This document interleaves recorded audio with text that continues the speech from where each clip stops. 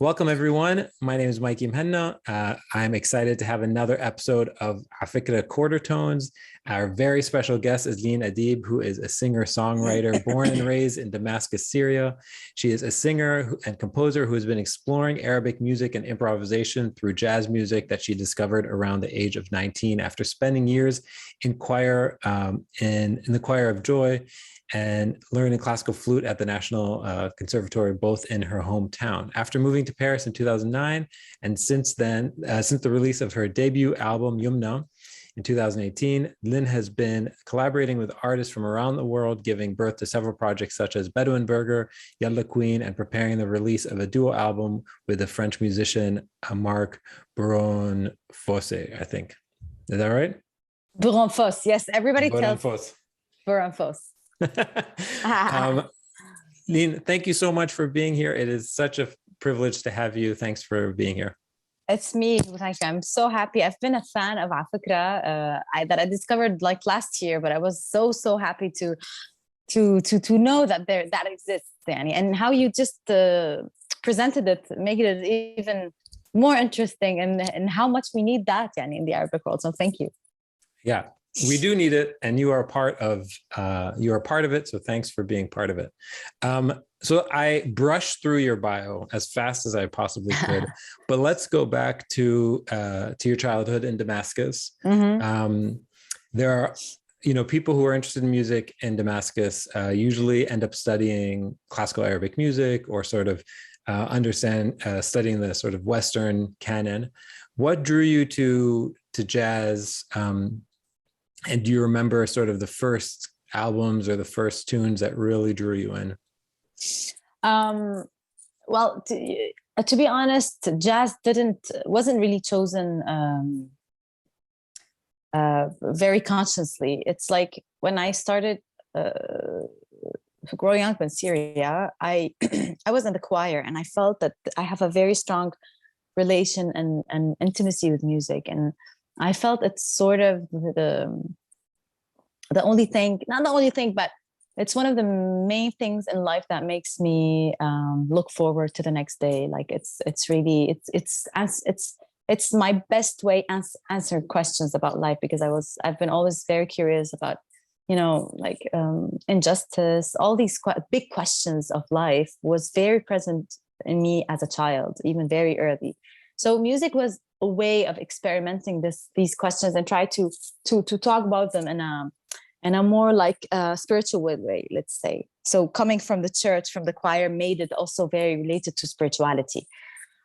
So jazz for me, it's not necessarily like the American class. That's how I discovered jazz. I discovered jazz while listening very, very basic, like Ella Fitzgerald, Sarah Vaughan, the very known names, not the very rare ones that, like when you know jazz, you will know about them, right? So I started with basics, but I felt what I loved is that it's a complex world. Like musically, it's quite complex. It's not more complex than classical music or Arabic classical music, though, but it's accessible, but also challenging. And because classical Arabic music and classical Western music seemed quite inaccessible for me.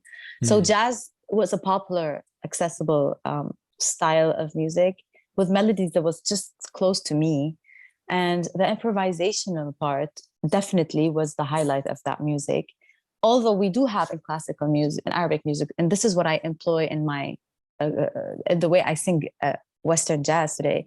I'm trying to find a way. I don't have my sound yet. I'm still in the research, but I feel the idea of never playing the tune the same every time you play it. This alone was for me quite magical. Everything that is very strict seemed for me hard to practice in my life. And as I told you, like I really needed to express as much as I want, and I really felt that jazz presented something that is that spoke to me quickly.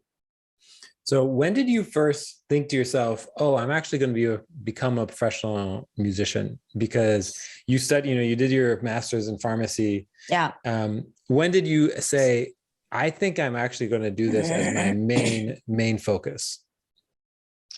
It's a great question, because I really know when.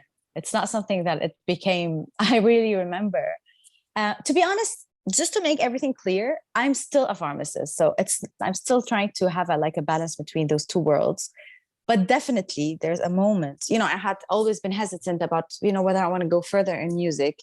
For me now, pharmacy represents a routine part-time job that maintains a certain amount of financial stability that I need, because I'm raising my child alone and everything. And music started to be definitely a serious thing for me when my husband was sick. I don't know if you know my story, but I lost I was married to a French, Polish, great human being. And we had a daughter together. Actually, he was diagnosed with cancer and we decided to have a child, even though he was sick. And then he passed away 5 years ago. So when he was starting to be very sick, shukran. When he started to be very sick, because he was very young, like when he started to be sick, I felt like me being close as much to sufferance and death, for me, who was extremely sensitive to this question, like as I told you, very early in my life, those questions were really, really there. Like even when I used to go visit family and members in hospital, that place was magical for me. Like being close to sufferance and death was something, So living this very closely and like leaving this tragedy, but also it was such a blessing for me because it started to be very clear that music has to be a message. Like I have to be a risale. It has to be my message in this life. You're a channel. Definitely. I mean, maybe not alone. I always feel like someday I will maybe try to do not only music, but something related also to art that includes music. That will be really what I want to talk about. But I'm starting with music for now, and it became clear, starting that point. What a powerful story. Yeah. Do you feel like something like that? I would imagine like the way music sounds changes pretty dramatically. Like not even your music. Like all of a sudden there are new shades and new layers to probably music that you grew up loving. All of a sudden you see it in a new light. Oh my God, this is what this is about. Yeah. Well, yes, it's probably, I mean, I don't know. I think it's this experience definitely reflected in the way I still write music today. It's like that's why like there's two songs that we might have today that are actually around that subject. It's around grief, but also around celebrating life through hardships and through like dark moments like death, for example. So both of them are actually, it's like I'm bin mayit. It's like I'm really talking about someone who's dead, who left this world, but in a joyful way, in a way that we want to dance about. So I always imagine these scenes in the Arabic world, when there's a young person who dies, there's everyone who goes to the street and they start to like we can see also the dead person. It's very graphic, but it's so powerful. And there's like people dancing and people clapping, but it's actually ajnaze, and it's you know what I mean? So this was very powerful, and kind of this is what started to be clear for me. I need to just survive through music and talk about that the best way possible. Yeah, it's regenerative, it's healing, it's a celebration of life. Yes, for sure. Yeah, I definitely see music for me as a way of self-healing before anything. So when someone tells me that it spoke to him or her, or it healed something, it's really so powerful for me, because I feel we're sharing this together too. For somebody, so I'm a musician. I've played music my entire life, but there's a moment that I haven't come to and you've come to, which is a moment where you decide, I think I'm going to actually put together a compilation of my work and publish it. Yeah. Which is a very important moment, right? Mm-hmm. So tell us the story of Youmma and this. I think this is your first publication. Yes, it is. So tell me about this first release in 2018, and why is it called Youmma? What is this about? And I'd love to know the story behind this beautiful artwork as well. Okay. Wow. Thank you. It makes me so happy to talk about this project because I used to write music a little bit, used to like have small melodies, nothing very clear. And as I told you, when this happened, I felt like, oh my God, this has to go to the world because I need to get this out of me also to heal myself, but also because as I told you, as sensitive as I was to the question of death, I lived it very closely, and I noticed that young person, very healthy, was just like dreaming, and from a day, and he just started to just like melt. And this experience can change your life, and you feel really that life is very fragile, and it's I know it's we always do that, say that, and it's very cliche to say that, life is short and everything, but it is actually quite fragile and short. And it's not because of that we have to throw anything in the world, but it is sometimes we do spend a lot of energy sometimes over analyzing everything. And I'm the first person doing that all my life. But that was the moment where I felt like there was someone who just giving me a punch in the back and it's just like, throw this out of the world. And so just to correct you, but you're right to think it's Youmna, but it's Youmma.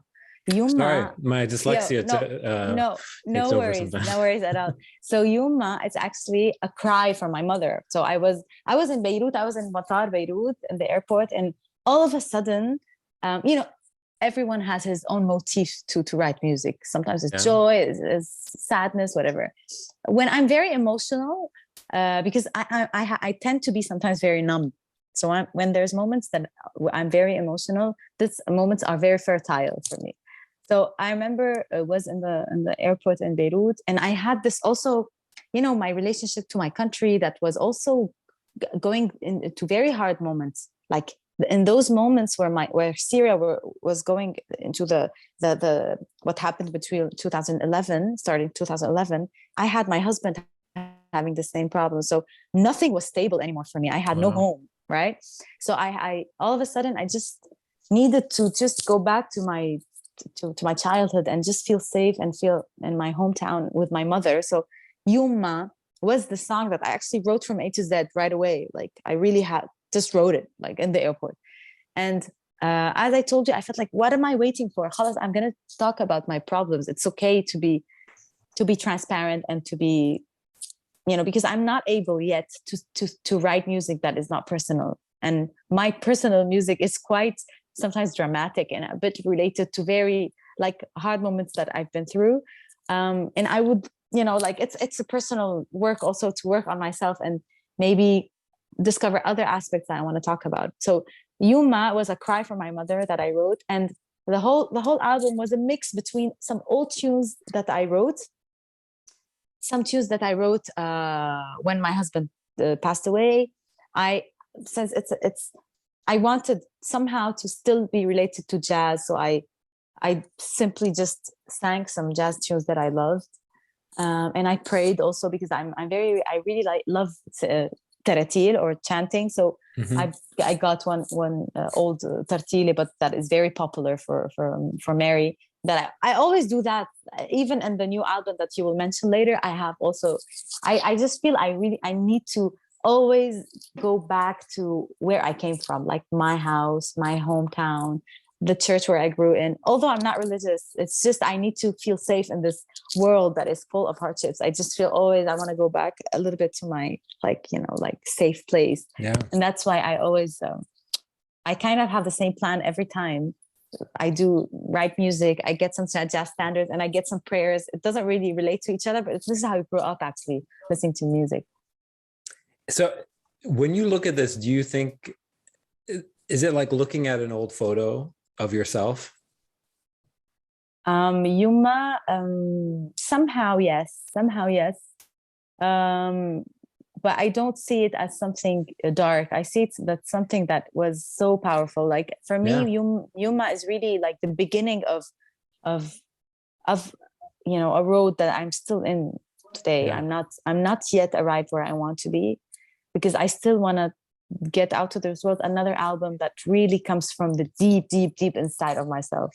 And I think it was just the first glimpse of my inner person, and I feel it's just it needs a brother or sister, like just waiting for the mirroring album that will come later.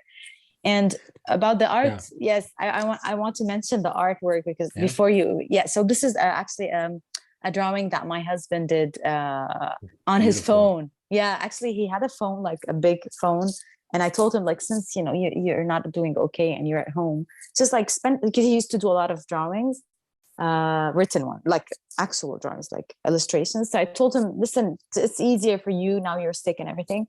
And he did some amazing ones, and I got this and I made it for the album. So it's actually his story somehow. If you see a lot of them symbols about him. Mm-hmm. It's beautiful. Yes, I love it too. So I have more questions about Youmma, but let's. It's actually the first interlude that you've chosen. So let's. Are you going to play? Are you going to sing? What are you going to do for this? So Youmma, I'm going to sing it for you a cappella because I wanted to invite a friend with me today, but he wasn't available. So I'm going to sing it for you just simply like that because I feel also it goes well. What a treat. Yes. Yeah. محبوبي راح يا يوما حكاني بنوي يا يوما قال لي طير السما على فوقي فوق الشمس على ناداني راح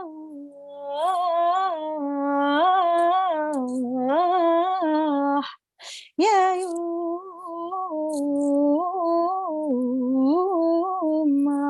صليله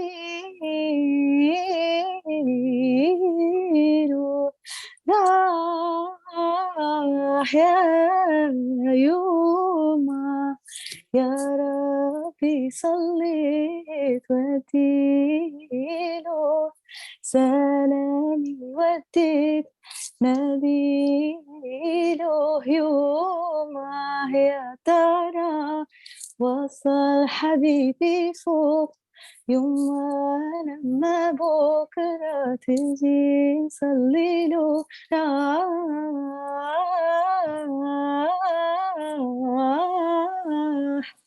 يا يوما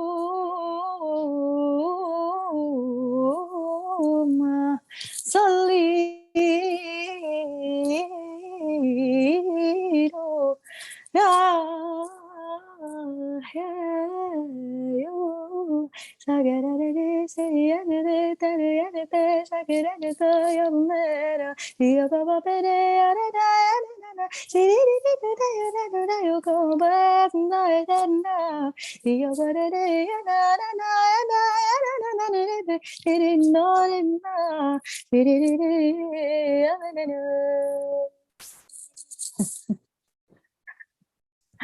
Lynn, that was amazing. Thank you so much. I'm actually a bit sick, but I'm happy that my voice is okay. Is not that okay, but better than I thought. You sound incredible. Thank you so much. If you can just like try to stay in that moment emotionally, what does it feel like to sing that song? I don't know. It gives me power, to be honest. I feel it's like the core song of my existence, but it's like singing a very traditional old song that gives me power. So it's quite a positive effect in general. Yeah, because you had this like hint of a smile singing that entire time. Your eyes are closed. You have this hint of a smile, but yeah.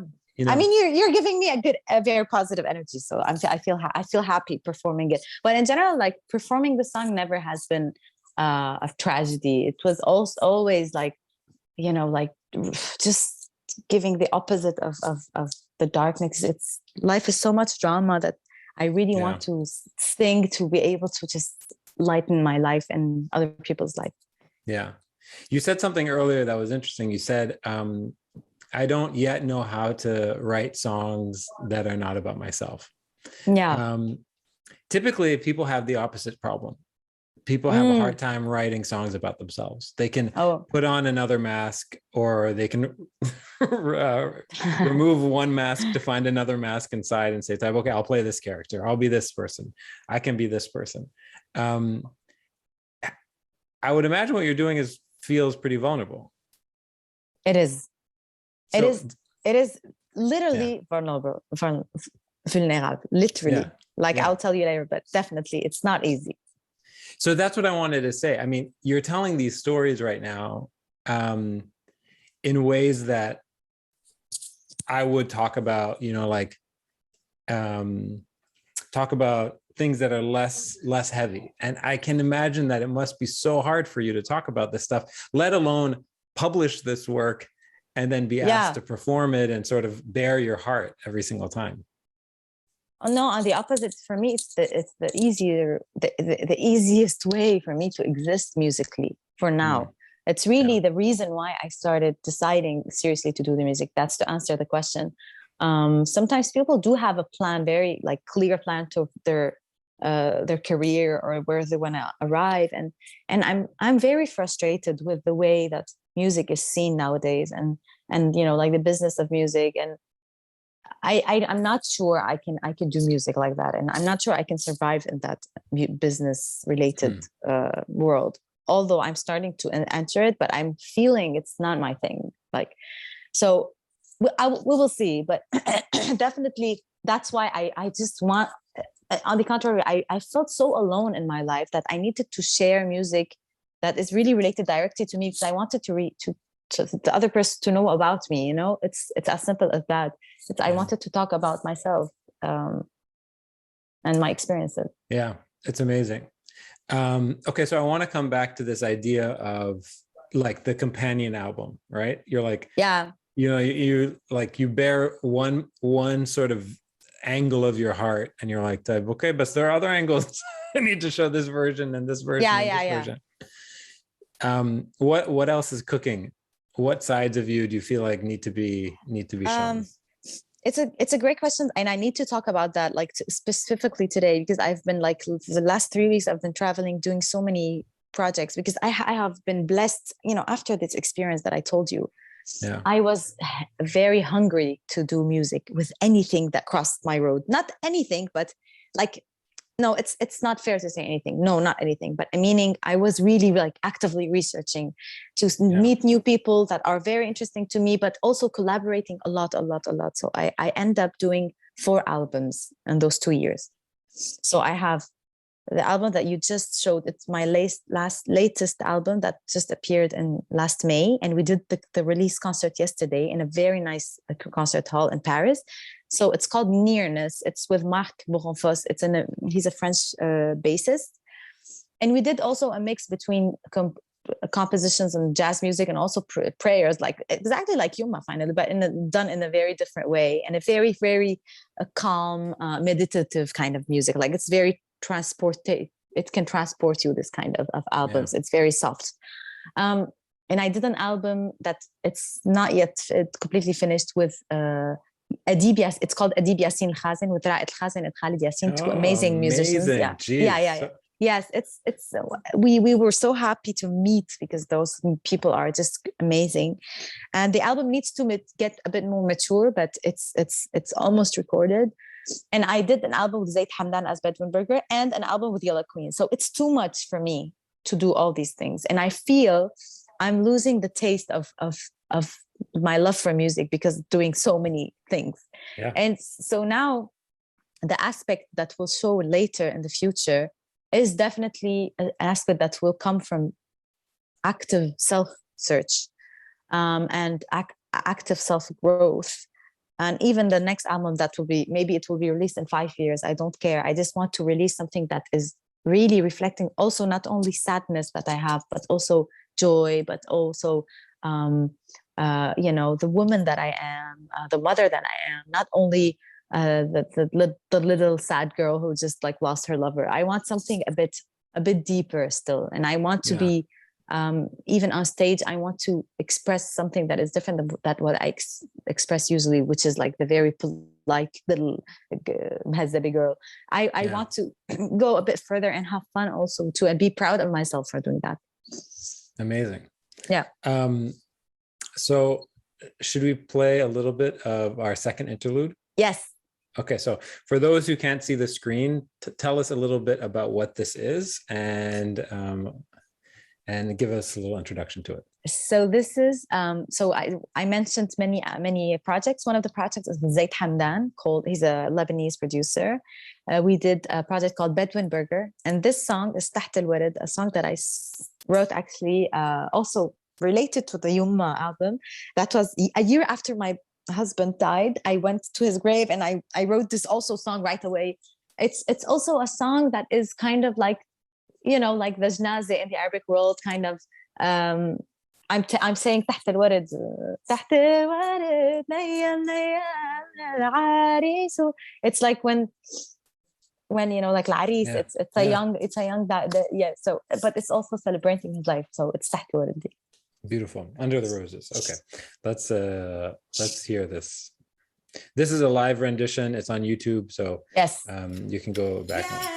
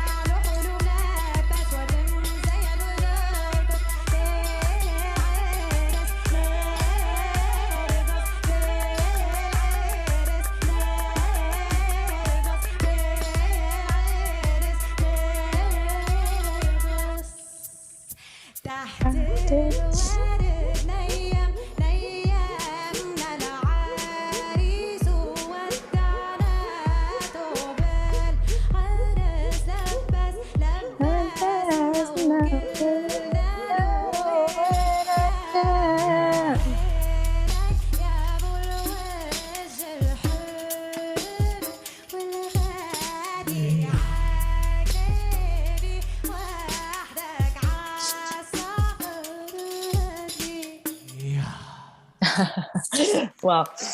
So where was this performed? First of all, amazing. It's not easy to put the live version. Oh my God. It's like I'm very self-conscious. You shouldn't be. You shouldn't be self-conscious at all. It's fantastic.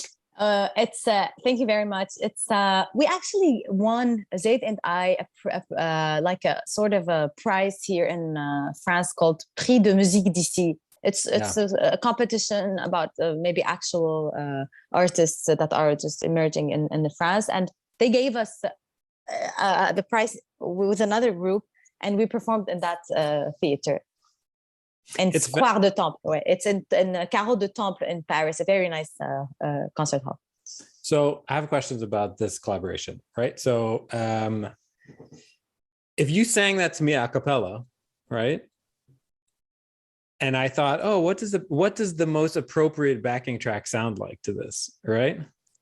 I wouldn't necessarily have come up with that, which speaks to why this is such a powerful collaboration. Yeah. And the sort of creative juices that were flowing between you and Zaid the entire time.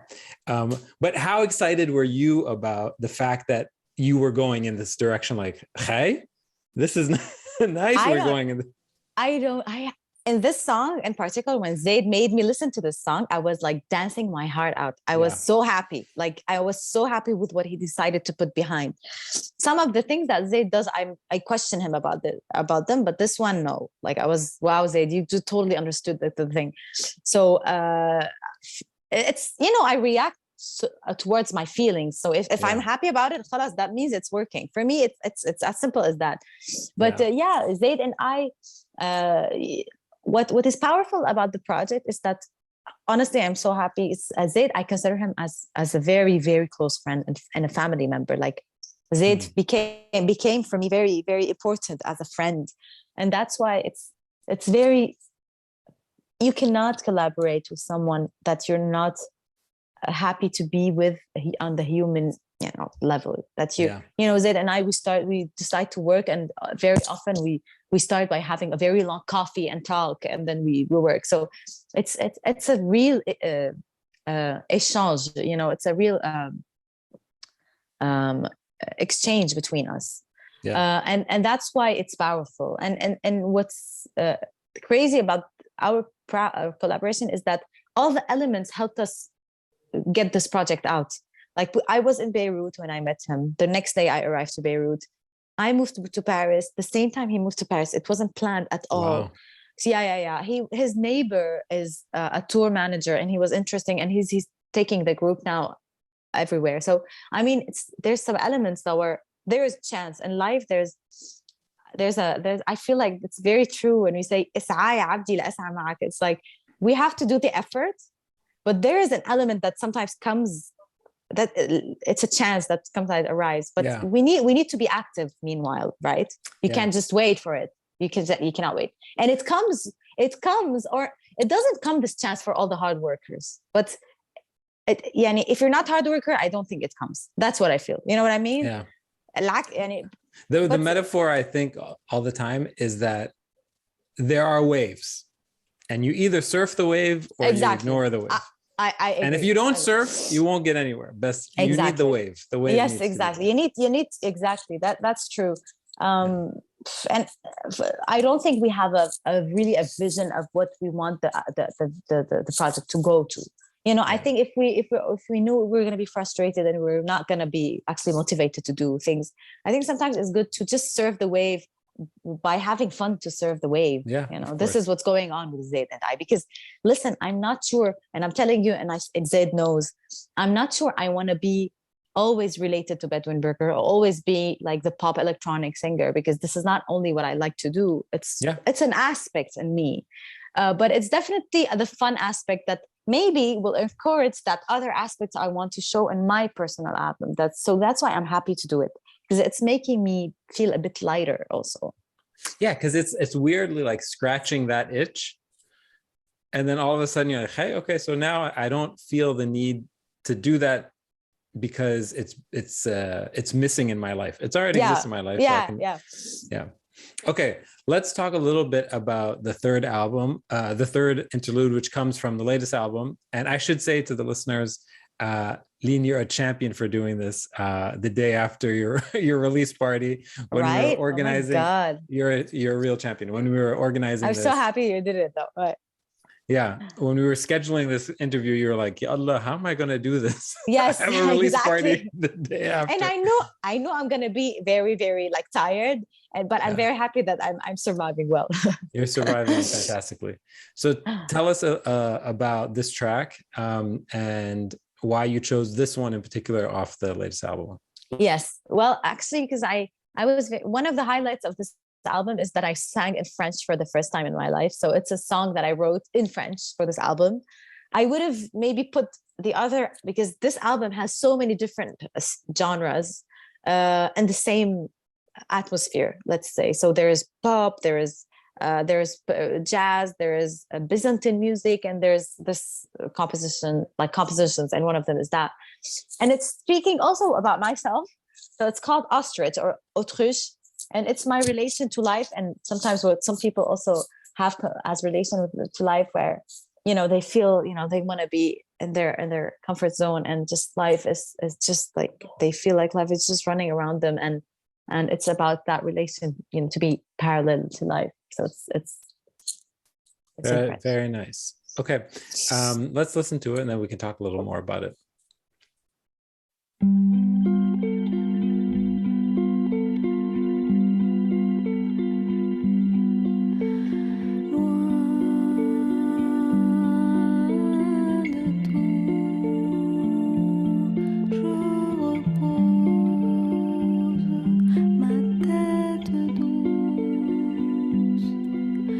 Ça sent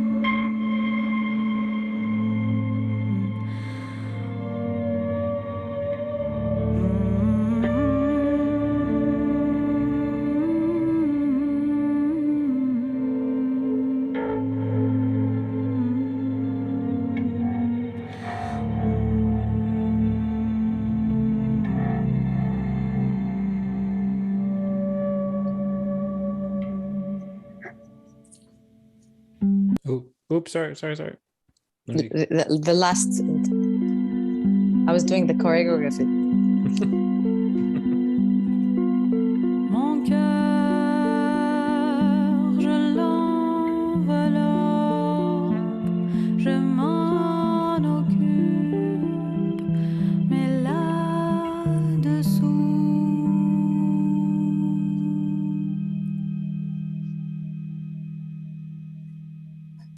Really stunning, Lynn. Beautiful. Thank Absolutely you. Stunning. I'm so curious how you guys wrote this. What was the composition process like for this? This one, well, is it like over a jam, or are you writing the melody and coming to him, or what is it like? No, I was playing. I'm not a pianist, but I was just playing the notes, the arpeggio that was in the beginning, and I started just alone singing along, and then I called Mark. I was like, because we used to do one weekly meetings, me and Mark. One of the things that made this project happen is that Mark is very organized. So we had like a fixed day and a fixed hour where we used to meet, even if we don't have anything like decided, but we meet and we try to work on stuff. And I told him, listen, I have this melody in mind, and I actually gave him the melody, and he started to play along with respecting the arpeggios that I gave him, and it developed into the song. It wasn't really on a jam. It was quite like pre-decided, but it's yeah. How so? For something like this, like you have this melody in your head, you have this arpeggio going back and forth. You send it over to him. He thinks about backing track and maybe the bass lines and general structure and adds, and you guys layer. How often does it just not work? And you go back and forth? How often we well, and you just throw it out, and you say, oh, that was close, best Khalas, that didn't work. It's not always a very exchange, because for example, with this project, everything was possible. So nothing really didn't work. Like I don't feel it was very complex. Even like if you listen to the composition, it's quite a simple one. So it was something that wasn't really needing so many discussion, to be honest. But I have some pieces but in general, when I compose, I tend to have a vision already that I want it to be applied. It's rare that I accept, of course, but I definitely accept, but sometimes it's hard for me to change what I already have in mind. I'm very stubborn on that, and it's not good. Like I'm trying to learn to be. It's fair when my idea is there. It's very hard for me to like destroy everything and try to do something on top. Zaid is very strong for that. Zaid is really like very powerful for that, because he's really like, if we don't like something, he would like erase and go over the whole thing again. He has the energy for that. Sometimes I don't. With Mark is a very sweet guy and very generous and very calm. So it was quite simple to try to convince him quickly about my ideas. And definitely when he had some idea with the like a note here to change, or a chord with another color, it was quite like easy to exchange that. Yeah. Wasn't that? Can you tell me about the name of the album, Nearness? It comes from the song The Nearness of You, that is a jazz standard that we both like very much, and I used to sing in Arabic while in the conservatory. And it's just because it was a moment. So this duo didn't really, it was born kind of بالصدفة يعني, by chance. By chance, while performing together once on duo on stage for a festival that was canceled during COVID. So we decided to develop a little bit this, like soft sound, intimate, meditative, maybe collaboration. And nearness was all because the word is not very used in English. It's not a word that we, what use. Think of like closeness, not nearness.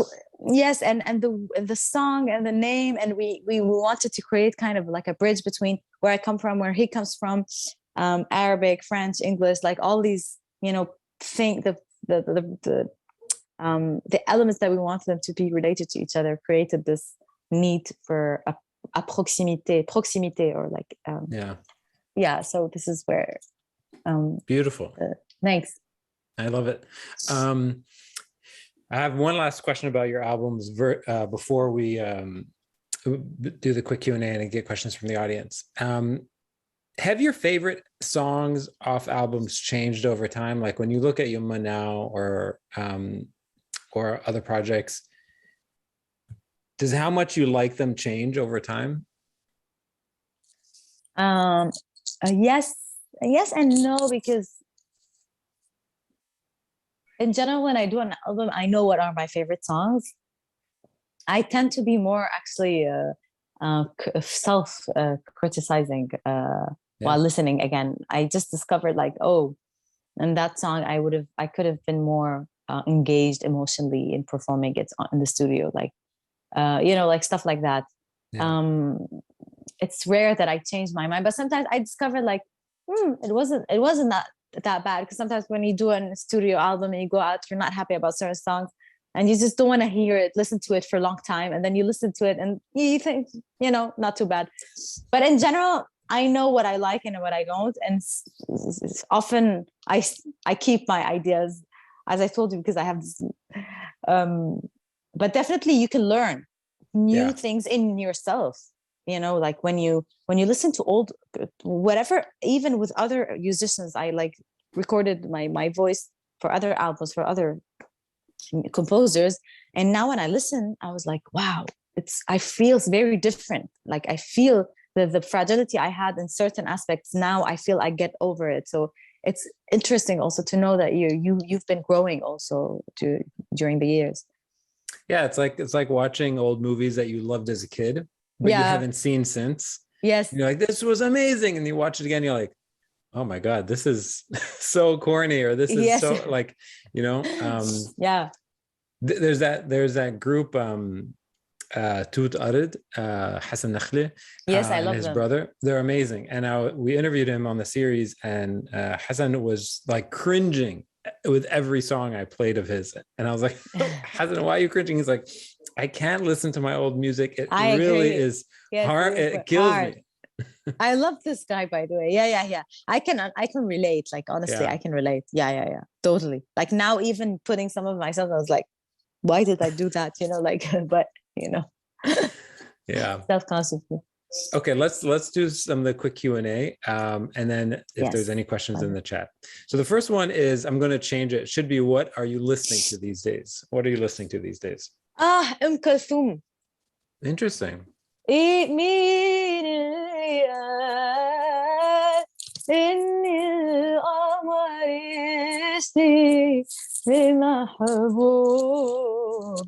Because I felt like I need to work a lot on my classical Arabic singing and also improvisation, and like I'm gonna take soon lessons with someone also, so I'm concentrating a little bit on that. I haven't been listening to Kulthum in my life before. I told you I was avoiding actually classical because it was hard for me. So that's what I was going to ask you. Are you revisiting it, or are you really visiting it for the first time? For this song, I'm visiting it for the first time, but definitely I'm going to revisit some of her classics that I used to, stumble upon in my childhood, but never really concentrated on. What music did your parents love? My parents, yes. My parents were very sensitive to music. There was the radio all the time. So I used to wake up to old, wasn't really like complicated stuff. It's really like what we all grew up listening to. It's Fairuz, is Kulthum, is Farid Al-Atrash, some classical music too, but not very much complicated, not really that complicated. They were very sensitive. My mom used to have a nice voice, but she's a big smoker, so she doesn't sing. My dad too. So we have this love and sensitivity for arts, but it's not something practiced, professionally, and wasn't really concentrated on necessarily. But cool. That. Sorry, my daughter is here. Yes, Sarah. J'en ai pour 5 minutes.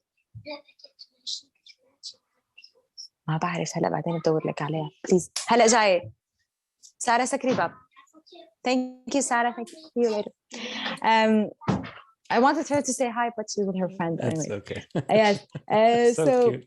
Yeah, she's like, where's my magic wand? She's like, Mama, you said it would be done at the hour. And no, especially, where's the magic wand? Yeah, where is the magic wand? Too much.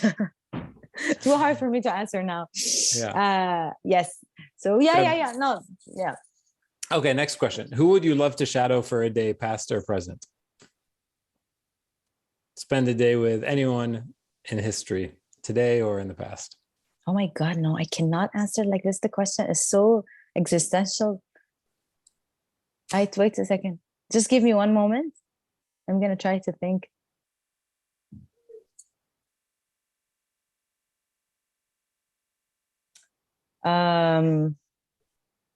Oh my God, I can't answer. In the future, I don't have, but maybe in the past. In the present, I don't know, but in the past, definitely. Well,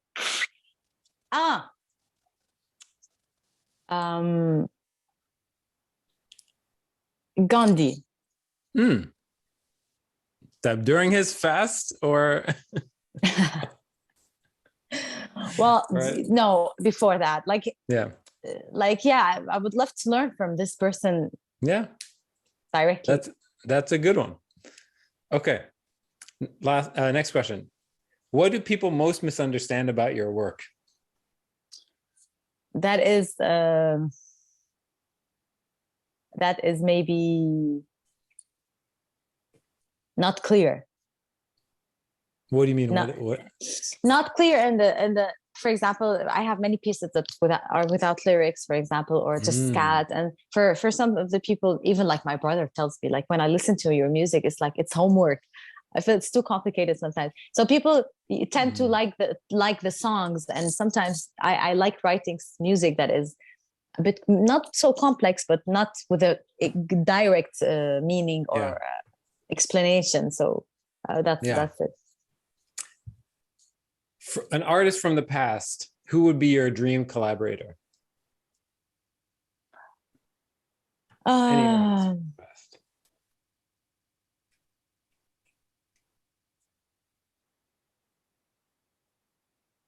Charlie Parker. Nice.